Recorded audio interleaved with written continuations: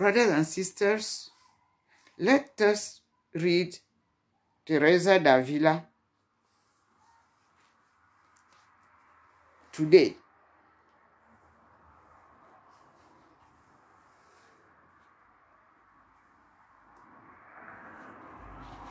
Today, May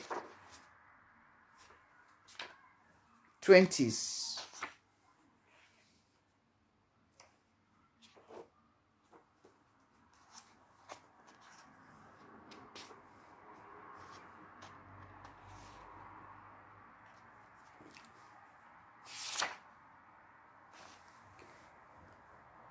In French, nous allons lire, comme le Seigneur nous l'a dit, une année avec Thérèse d'Avila. Les plus beaux textes à découvrir chaque jour et à méditer. Aujourd'hui, le 20 mai, le chemin de perfection. Le titre est « Nous ne sommes pas des saints ». Mais ce n'est pas une phrase, c'est une question. Nous ne sommes pas des saints, alors au travail. Écoutons. Aspirer à la sainteté est l'affaire de tout chrétien. C'est une facilité et un manque d'humilité de s'en croire indigne ou incapable. Ô Seigneur, tout notre mal vient de ce que nous ne tenons pas les yeux fixés sur vous. Car si nous regardions seulement ce chemin, nous serions vite arrivés. Mais nous tombons 1000 fois, faisons 1000 faux pas et le perdons, faute de fixer notre regard, faute de fixer notre regard, je le répète, sur le véritable chemin. Nous avons même l'impression de ne l'avoir jamais suivi, tant il nous paraît nouveau. Vraiment, c'est triste de voir ce qui se passe parfois. Nous ne supportons pas qu'on nous témoigne un peu moins d'estime. Ne l'admettons pas et disons aussitôt, nous ne sommes pas des saints. Mes filles, Dieu nous garde quand nous aurons quelques défaillances de dire, 2 points, nous ne sommes pas des anges. Nous ne sommes pas des saintes. Fermez les guillemets. Même si nous ne le sommes pas, il y a un grand avantage à penser que si nous nous y appliquons et avec l'aide de Dieu, nous pouvons le devenir. Si ce n'est pas le cas, n'ayez pas peur que ce soit la cause de lui. Non, la faute nous en revient. Point. Ouvrez les crochets, 3 points. Alors, au travail. Comme on dit, comprenons qu'avec l'aide du Seigneur, il n'y a rien que nous ne puissions prétendre mener à terme pour le servir davantage. Voilà l'ambition que je voudrais voir dans cette maison et qui fait toujours grandir en humilité une sainte audace, car Dieu aide les courageux et il ne fait pas de différence entre les gens. C'est le chemin de perfection, chapitre 16, versets 4 et 12. Et nous venons de lire la page 197.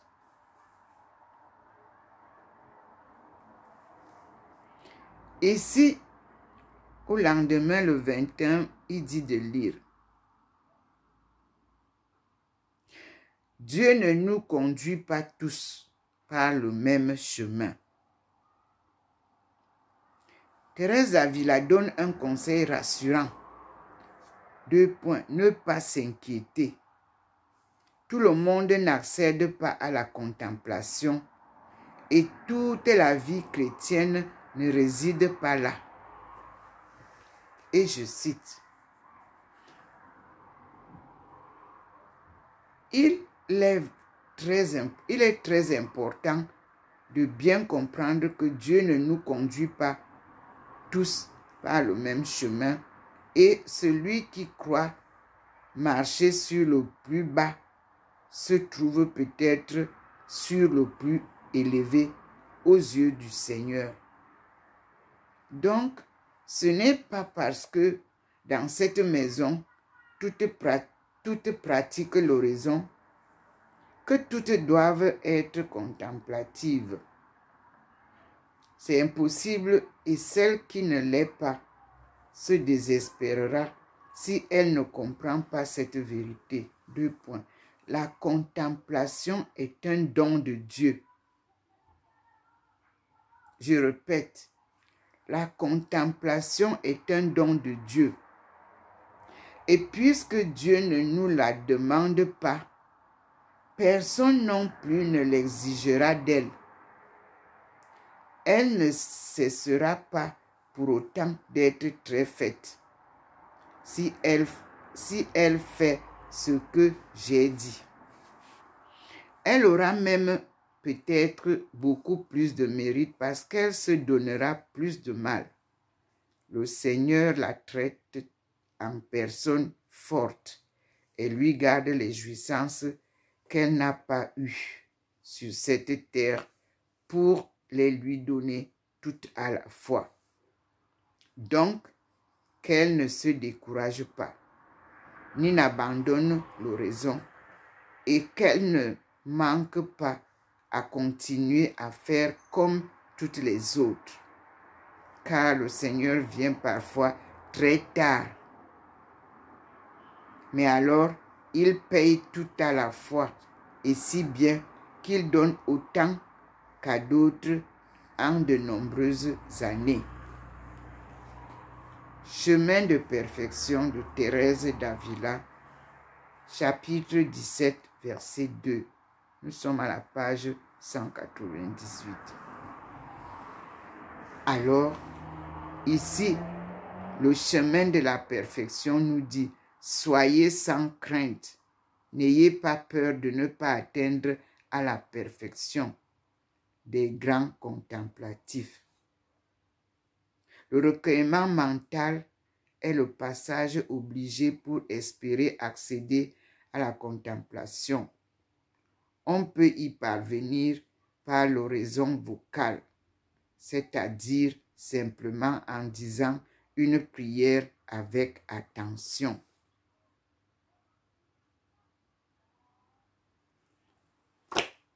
Nous nous arrêtons là et nous disons merci à Thérèse d'Avila.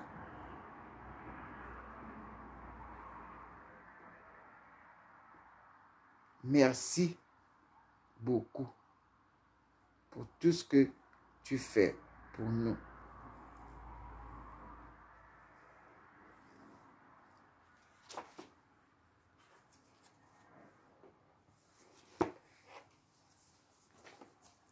Comme vous le savez, je vous ai dit hier que j'ai retrouvé le lien avec la vie de Sainte Thérèse d'Avila, mais en espagnol.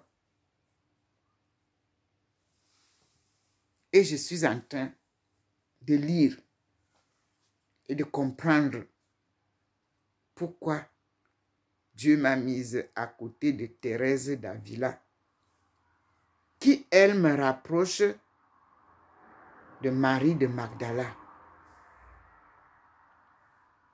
Alors, je suis en train d'écrire d'abord et je vous ferai part. Je vais vous faire écouter aussi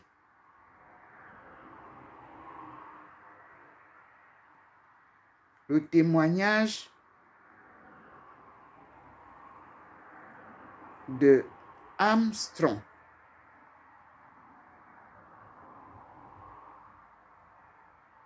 en ce qui concerne les États-Unis. J'ai écouté et je vais vous faire écouter aussi. Avant cela, j'ai dit encore bonne fête de l'unité nationale du Cameroun. Et merci à l'équipe de CRTV qui nous a partagé cet événement en direct. À Dieu la gloire. Et félicitations à notre président, son Excellence Paul Biya, et son peuple résilient et patriotique. Ensemble, préparons-nous à accueillir le monde à partir de 2025 pour le décollage socio-économique du Cameroun en particulier à partir de 2030 et toute l'Afrique subsaharienne pour sa grande souveraineté. 2030. Et je remercie le Seigneur parce que je suis encore vivante. Et je rappelle aux Nations Unies que nous avons le rendez-vous des femmes que j'avais demandé en 2020, qui doit se passer au pied du mont du char de Dieu, c'est-à-dire au Cameroun. Je réitère ma demande. Parce que ce sont les femmes qui doivent préparer nos hommes pour accueillir le monde, tel que la Chine l'a fait. C'est un exemple que je suis et je reste cohérente. Chères sœurs, chères Sita du Cameroun et toutes les sœurs Sita de toute l'Afrique subsaharienne, voilà ma demande. Et au président de la République du Cameroun, voilà ma demande.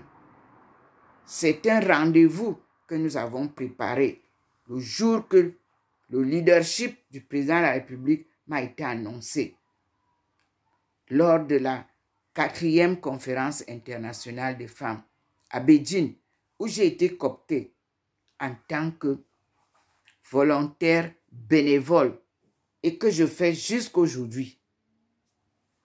Personne ne me paye, que ce soit mes études, mes recherches, telles que le Seigneur m'a dit.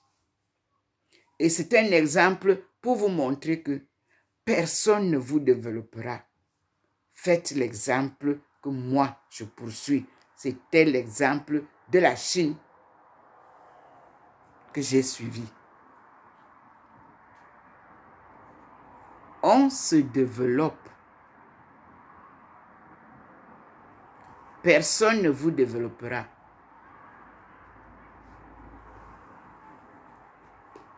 Merci Seigneur. Alors je vais vous faire écouter en anglais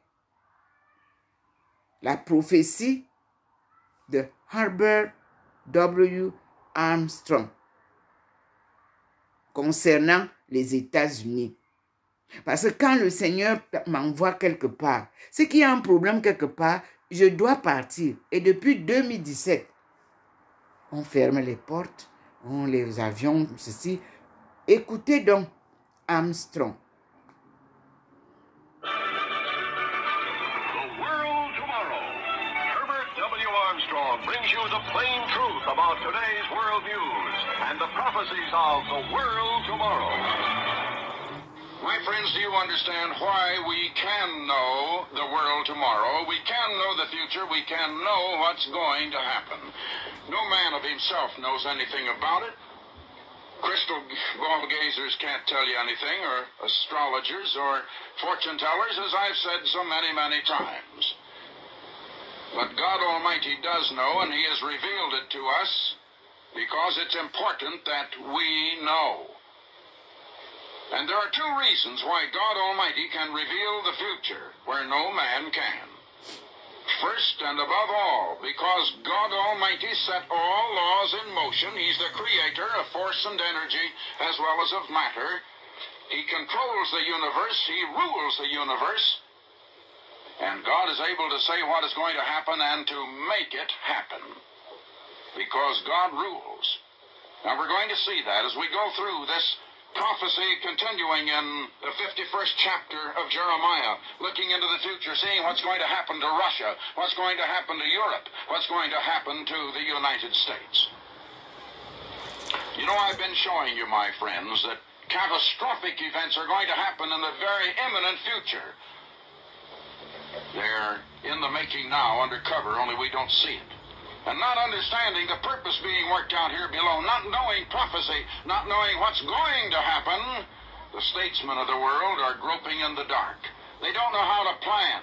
They don't know how to plan for the future of the United States because they don't know Bible prophecy. They don't know what God says is going to happen. And God says He's going to punish the United States. He's going to give us a good spanking like any loving father will spank his children, to teach us some lessons that we have got to learn if we're ever going to find the way to really enjoy and to continually enjoy the great prosperity and all of the great advantages that God has bestowed upon us. You realize, my friends, God has bestowed upon us national prosperity and wealth and power and advantages and every material blessing such as no other nation or no other people have ever enjoyed since this world began. And we didn't get them because of our own superiority at all. We got them because a forefather of ours, Abraham, thousands of years ago, obeyed God and kept His commandments, His statutes, His laws. And that was 430 years before so many people say God's laws began. You know, so many, and I can't understand how anyone could call himself a minister of Jesus Christ and think that God was not able to start any laws in motion or have any laws of any kind until the days of Moses. What does your Bible tell you that sin is? What is sin? What's the Bible definition of sin?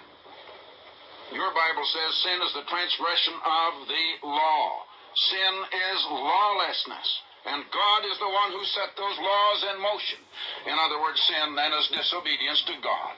It is disobedience to the laws that God Almighty has set in motion. And God's laws aren't just some ideas written on a piece of paper or on stone or something of the sort. God wrote His great spiritual law on tables of stone, yes. But the law is not a fact and a living thing because it was written on stone. It was written on stone because it was a living fact, because those laws were real and they are active. And there's spiritual, divine force and power and energy behind those laws. You break them, they're going to break you. That's all. It's automatic. Those laws are in motion.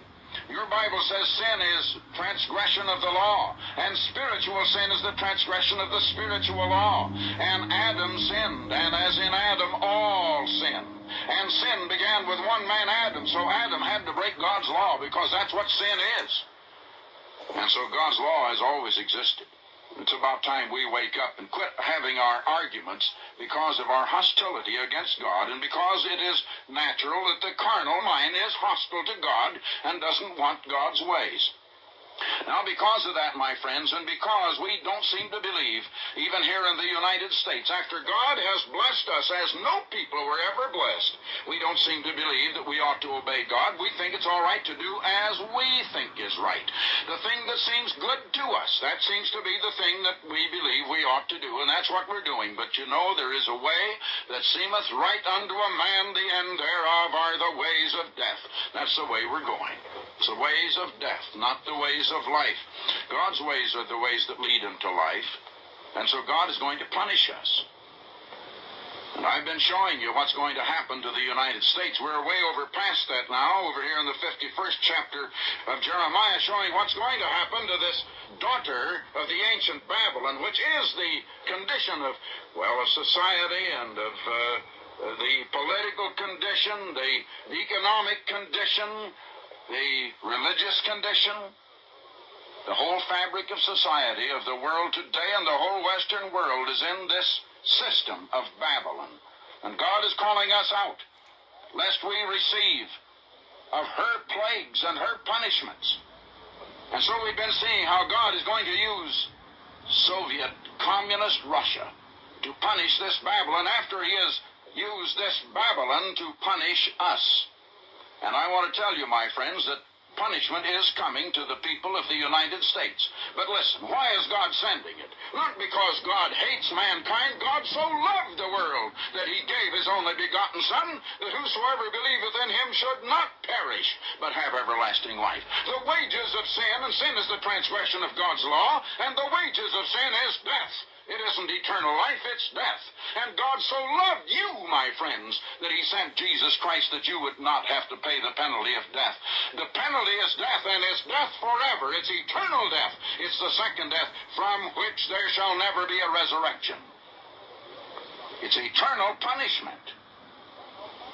That's what God has set for those who will not obey him. But for those who will obey, my friends, you haven't the slightest conception of what is in store for those who do surrender to God, who will yield their stubborn wills to God and come by way of Jesus Christ in a right spirit, instead of in a spirit of bitterness, antagonism, resentment, and malice, and wanting their own way and wanting to go by their own thoughts and their own wills. Those are the things we have to put down. Now, God is going to punish us until we do. But listen, if you'll put that down now, if you will surrender to God now, if you will turn to him through Jesus Christ now, you aren't going to have to be punished. Why would God punish? Supposing you had a dozen children in your family. There are families around the United States still with that many children. That seems to be a strange thing today. You go back 50 years and you'd find a lot of families of that size, but there are still a few today. Supposing you had a dozen children. Supposing 11 of them are quite evil, and they're all young children, you're going to start to punish them as a loving father and a parent should. But one of them is all right and doesn't need punishment. Are you going to punish that one along with the others? I don't think you are if you're a just parent. Now, God is a just parent.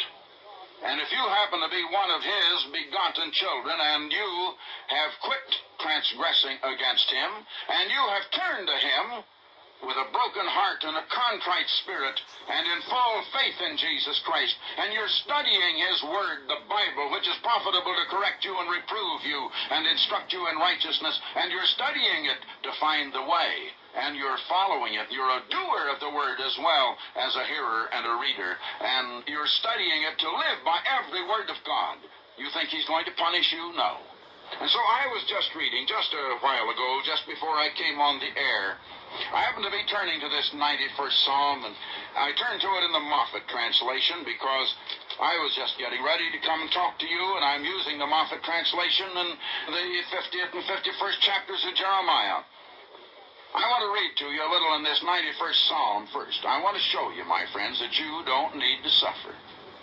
If you're going to be stubborn, if you're going to be rebellious, if you want your way, if you love this world, if you think this world's a pretty good place, and you want to get your share of its pleasures, which are false pleasures after all, God wants you to enjoy life to the full a lot more than people seeking worldly pleasure know anything about. But if you want this kind of pleasure that is empty and leaves heartaches and headaches after it's over, and you are still stubborn and rebellious against God, you're going to be punished. But if you'll put that down and turn to God, here's what he says about you. You're not going to have to go through all this punishment that's coming.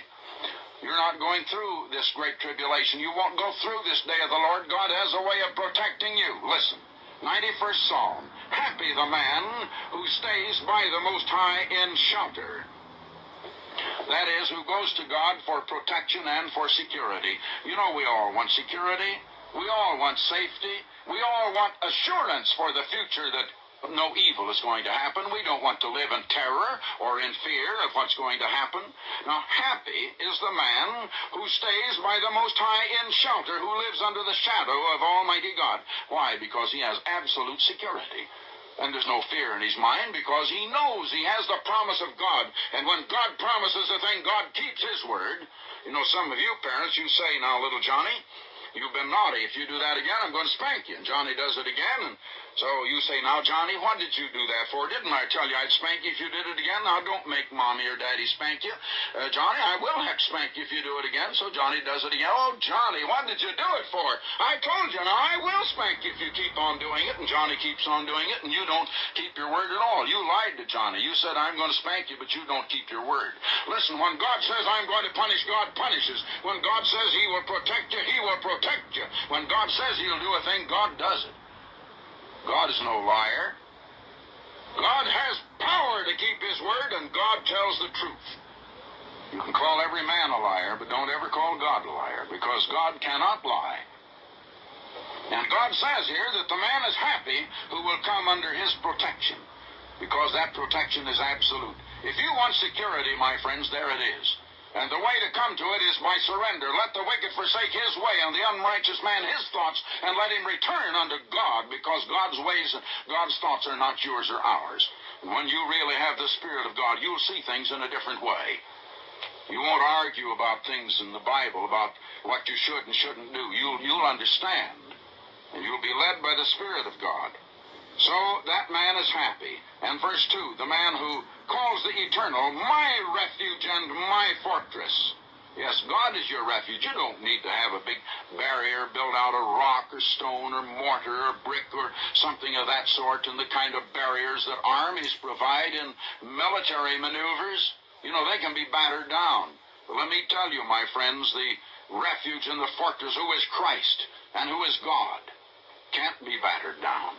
There is no power in heaven or earth that can batter that fortress down. That's almighty. So, the man is very happy who can call the eternal my refuge and my fortress, my God in whom I trust. You know what we want to do? We want to put trust in men. We want to rely on men. What are we doing in our nation now? Well, we're trying to rely on Germany and Japan. We're hoping that they're going to be allies, and we're hoping we'll be able to control them. While we begin building up a Frankenstein, and you're going to be in fright and terror of it pretty soon. If you don't know God, that's your only protection, my friends, and you'd better heed it while you may. He saves you from the fowler's snare and from the deadly pit. He protects you from his pinions and hides you underneath his wings. You need not fear the terrors of the night, nor arrows flying by day, nor need you fear hydrogen bombs. But you need not fear the terrors of the night, nor arrows flying by the day. Well, it's speaking in terms of the kind of weapons they had when this was written way back there several centuries before Christ. But let's say you don't need to fear the fallout of atomic energy and all that sort of thing today. You don't need to fear anything that's coming if you really know God. But not very many of you do, my friends. A lot of you have been kidding yourselves. You think you know God. You're taking a lot for granted. Let him that thinketh he standeth take heed, lest he fall. So says your Bible, and God is the author of that Bible. You need fear no plague if you make God your fortress. You need fear no plague stalking in the dark, nor sudden death at noon. You know, that can come if they unleash atomic or hydrogen power on us, and it's coming. It's coming. You think they're building these things so that they never can use them? Why do you think the nations are building all these things? You look back in history, can you find a time when nations built weapons and then never used them? Never happened yet. They've always used them. They're going to use them, my friends. Your Bible says so, and God knows, and when he says what's going to happen, you'd better pay attention, because it's certain to happen. Now, sudden death at noon, that's the way it's going to come, or it might be midnight, when you're sound asleep, and you don't know. You know, a thing can happen to you when you're sound asleep. I remember here the last really big earthquake that we had here in Southern California. I was sound asleep. All of a sudden, the bed began to shake, and the whole room was shaking, and I heard the whole house creaking and shaking. That's quite a sensation. All of a sudden, you wake up and you realize you don't have any warning. There it is. It's on you. And you know what Jesus Christ said? He said these things that are coming on us now and on our nation and our people, they're coming like a snare. We're going to be caught like rats in a trap. You know, when you set a trap, you get a gopher, a rat, or something in it. He doesn't know it's there. All of a sudden, click, it's got him. The first thing he knows, it's too late. No time now to prepare, no time to run, no time to escape. Now's the time, Jesus said, be ye therefore also ready, for at such an hour as you think not, these things are coming on you. You need not fear plague stalking in the dark, nor sudden death at noon. Hundreds may fall beside you, thousands at your right hand, but the plague will never reach you. God is going to punish the nation for their sins. Yes, the hundreds around you, the thousands around you, they're going to be punished, but not you, if you turn to God, if you surrender to Him. You know, you read these things, you've read this 91st Psalm many times, but did you ever stop to really analyze it, to really think it through and see what it really does say and what it means? Just think of that. Thousands will be falling beside you, but the plague will never reach you. Safe shielded by His faithfulness, by God's faithfulness. You have only to look on and see how evil men are punished. They're going to be punished. Why does God punish? God punishes every son He loves. God doesn't punish those He hates. Well, you know, if God hated you, my friends, and if God wanted to see you really suffer, He wouldn't need to punish you. All He needs to do is just let you alone. Just give you lots of rope and watch you hang yourself because you do it. You know, we're bringing all this evil on ourselves. Look at this world. God has kept hands off. God has let the world do what it wants. God hasn't crammed His religion down anybody's throat, and He hasn't let anybody else do it. God has given us all free rein. Look at this world. Look at your blanched, white, anemic, pale faces because of lack of health, because we don't know enough to eat the right kind of food. Look at the heartaches. Look at the headaches. Look at the fears and worry. Look at the empty lives all around you. Look at the despondent people, the frustrated people all over this world. What's wrong? They just lost their way, that's all. God's letting them have their own way. They want their own way. God's letting them have it. Look, if God really hated you and wanted you to be punished, all He has to do is let you alone, and in time you'll punish yourself beyond endurance. That's why God has set a time limit. Only 6,000 years for mankind to have his own way without the intervening interference of God and the rule of God forcefully upon us. These are the last days, the very end time days of that 6,000 years. That's why prophecy is now coming to a climax. We're at the climax, at the close of the 6,000 years God has given mankind. And we're coming to the place where scientists tell us that very near in the future now, men will blast human life from off the face of the earth unless we can have world government. Well, that's the solution in a way, but men can't bring about world government, and they never will. Don't think I'm talking any politics. Don't think I'm advocating any idea of human beings trying to get together and form a world government. You can't do that.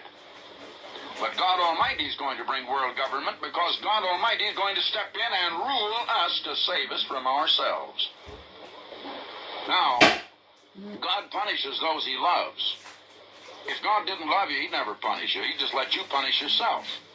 Because you would ultimately, sin and sinful men wax worse and worse, your Bible says.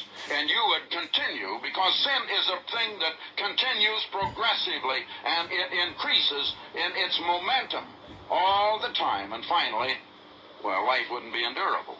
If God would let this thing go on for 7,000 years instead of 6,000 years, there wouldn't be any people left on earth. Men would destroy themselves from off this earth. And so God is going to punish those that need the punishment because He loves them. But if you don't need it, you won't even have to be punished. Now, listen, my friends, the thing is we've got a lesson to learn. If you learn that lesson, then sure, 100 will fall at one side and 1,000 beside you here, as it says. You have only to look and see how evil men are punished. It's evil men that God punishes, but why? Because God loves evil men. Did that ever occur to you, or do you think God is just hate? Oh no, God only hates sin, because sin is your enemy, and you're full of it. Yes, you are. You're full of it, and you better confess it and get rid of it, because only Christ, through the blood of Christ, forgiving your past sins, and the power of Christ through the Holy Spirit to keep you from sinning any further. That's the only way you can ever be delivered from it. So, you can see how evil men are punished because God loves them, because He's going to teach them a lesson and bring them out of what they're doing. But you have sheltered beside the eternal. No plague can approach your tent. He puts you under His angels charged to guard you wherever you go. Well, there you are. You know, I just thought that was wonderful. I looked at it again just before I came on the air a while ago, and I thought I've just got to tell our listeners that, because I've been telling them what's coming on the United States. It doesn't need to happen to you, my friends. If the whole nation will repent of its ways and turn to God, the destruction won't come to the nation. And the only reason God is going to punish this nation of ours, and the only reason that this type of punishment and destruction and this great tribulation I've been telling you about is coming on our own beloved United States is because we are God's chosen people, and because we are going the wrong way, and we're going to bring a terrible end upon ourselves. God has given us wealth, God has given us power, He's given us luxuries. We don't know how to use them. We're putting them to a wrong use. And power, my friends, is a great potential danger when it is uncontrolled or when it is guided in the wrong direction. And that's what we're doing. We have invented great powers, great forces, great destructive forces, but in our educational process, we've been so interested in technologies and in sciences and in teaching men to invent greater forces for evil and for destruction, but we've been a great deal more intent and put much greater emphasis in education in this United States today on developing such forces that men are turning to destructive use. Oh, I know theoretically we think we're building them for a good use. Sure, we think we build atomic energy because it can be harnessed and put to a good use. It could be, surely. Nothing wrong with atomic energy. The only thing that's wrong is the use man puts it to, but what use has it been put to so far? What are submarines? Peace vessels carrying merchandise and everything to make us happy, or are they used in war? Which? You answer. Why can't we wake up? And most people would rather, well, tune in a movie on TV or something that'll carry you off into a make-believe dreamland, just see the troubles of others or the joy of others or something and carry you off into a dreamland. You know why, my friends? It's because you're a bunch of escapists. You want to escape the truth. And when you try to escape it, it's going to come right on you. Now, I'm showing you the way of escape, and Jesus Christ and God Almighty is the only way of escape. Just going to fill your mind with a lot of sawdust and a lot of chaff of worldly entertainment and worldly amusement to just get it out of your mind and shove the truth out of your mind because you don't want to listen or because you're too lazy to use your mind to think, and you'd rather just let it go blank in a happy dreamland that gives you pleasing feelings and sensations for the minute. But wasting your time. You know, your time mighty precious. You just have one life to live. Why don't you live it like you should? Why don't you live it in a way that's going to give you eternal life and let you live it happily and fully and abundantly forever? That's what God offers you, and you can have it. Well, now we don't have very much time left here, but let's get back into Jeremiah 51 for a little. Well, let's go back to 45, because I know we were in that verse, the last broadcast. Come out of her, this Babylon, my people, and that's what God says to us. We're in this system of Babylon now, and Babylon, as I say, it is a great system. It's the system of our Western civilization. Now, we have different customs and ideas in different nations, that's true, but the system is the main thing. It's the big system. Come out of her, my people. Save your lives, every man of you, from the Eternal's burning wrath. And I showed you in the preceding program how that is quoted exactly in Revelation 18, verse 4, and it goes right on to show the plagues that are coming on this modern harlot, Babylon, the daughter of the Babylon of ancient Chaldea of 600 years before Christ. Never be daunted or dismayed by rumors that you hear. When rumors rise year after year, the tyrants lord it over the land. For mark this, the day comes when I will punish the idols of Babylon. Now, Babylon is this power that's rising up now in Europe. It's a power yet to rise up of 10 dictatorships in Europe. You're going to see them happen in a very few years. It's on the way right now, only you haven't seen it yet. It isn't in the news yet. But all of the plans are maturing. I don't know which 10 nations are coming in or which 10 dictatorships. God doesn't tell us that. I only know what He tells us, but what He tells us is certain to happen, and you're going to see it in your time. Now, Mark this, the day comes that I will punish the idols of Babylon when all her country is confounded and her inhabitants drop dead. The heaven and the earth and all their hosts shall exult over Babylon, for invaders from the northland, that's Russia. Russia is north of old Babylon and Russia is north of Palestine. And again, as I've shown you, that is the USSR, that's Russia, coming to punish Babylon after this modern Babylon yet to rise up has been used to punish us, to teach us a lesson, because God loves us. Now then, yes, Babylon shall fall. O slain of Israel, as slain men have fallen everywhere from Babylon. You who have escaped the sword, stay not, get away. Remember the eternal yonder. Bethink you of Jerusalem. We are ashamed, you say, at hearing of this outrage. Foreigners entering the sacred temple. Foreigners entering God's sacred temple. It covers us with shame. That's what our people are quoted here as saying. But mark this, a day comes, the eternal answers, when I punish the idols of Babylon, till wounded men groan over the land. You know, God will take an evil nation and use them to punish another nation. In this case, he's going to use them to punish his own chosen people. That's us, not just the Jews alone. The Jews and our people. Yes, because we are Israel. If you don't understand that, write in for that book, The United States and Prophecy, because you don't understand prophecy unless you know that. And that's a challenge. And I hope you'll take advantage of it and really not be ignorant anymore, but know this very foundation of all prophecy. Now, though Babylon mounted to the sky, though she entrenched herself on high, yet I would speed invaders to assail her, the eternal answers. Hark, shrieks from Babylon, a mighty crashing in Chaldea. 'Tis the eternal battering down Babylon, stilling the din of her city life.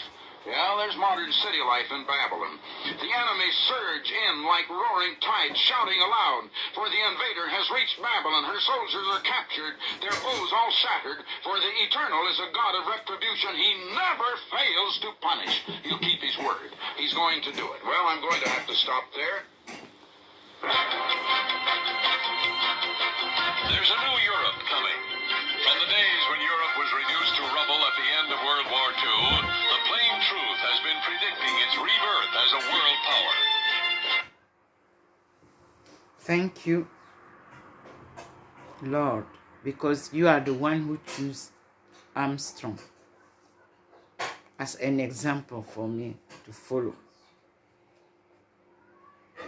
I respect all your instructions, and I'm doing everything that you want me to do. Brothers and sisters of America, you have heard by yourself. This prophecy was published before I come to realize that I will be speaking with Armstrong. This outline of prophecy 16, it is the escape we can also apply for ourselves everywhere. It was published on March 12, 2018.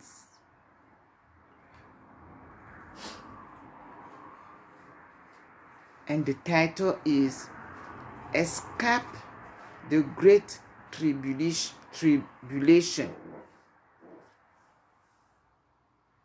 This is the radio broadcast that are given to me to share with you people, everyone. God bless you, Armstrong. Thank you very much. And all my brothers and sisters, let us do what God wants us to do. Here we can stop by a short prayer that Jesus Christ taught us. Everyone know that prayer. we go into the Matthew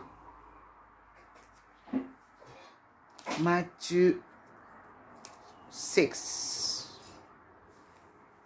Everyone must remember this Matthew 6.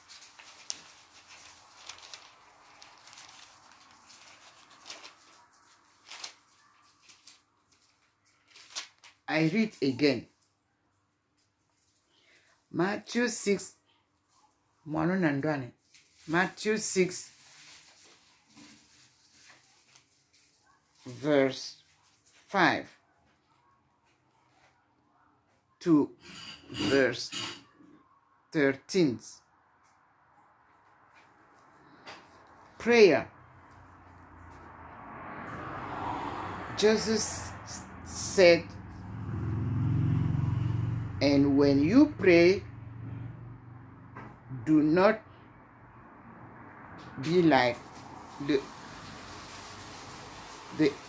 hypocrites, for they love to pray standing in the synagogue and on the street corners to be seen by men. I tell you the truth, they have received their reward in full. But when you pray, go into your room, close the door, and pray to your Father who is unseen. Then your Father who sees what is done in secret will reward you. And when you pray, do not keep on babbling like pagans, for they think they will be heard because of their many words. Do not be like them, for your Father knows what you need before you ask him. This is the prayer. Our Father in heaven, hallowed be thy name. Your kingdom come, your will be done on earth as it is in heaven. Give us today our daily bread. Forgive us our debts, as we also have forgiven our debtors. And let us not into temptation, but deliver us from the evil one.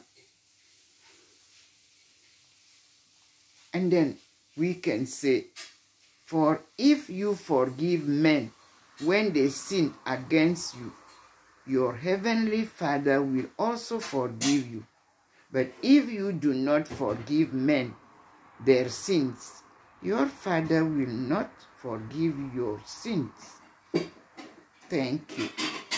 Brothers and sisters, here we can say thanks to our Lord Almighty. And God bless all of you. Peace, peace, peace all over the world. Let wars be stopped all over the world. I am Dr. Ndomo Melingi Therese, servant of our Father, Lord Almighty God, and his people, his chosen people.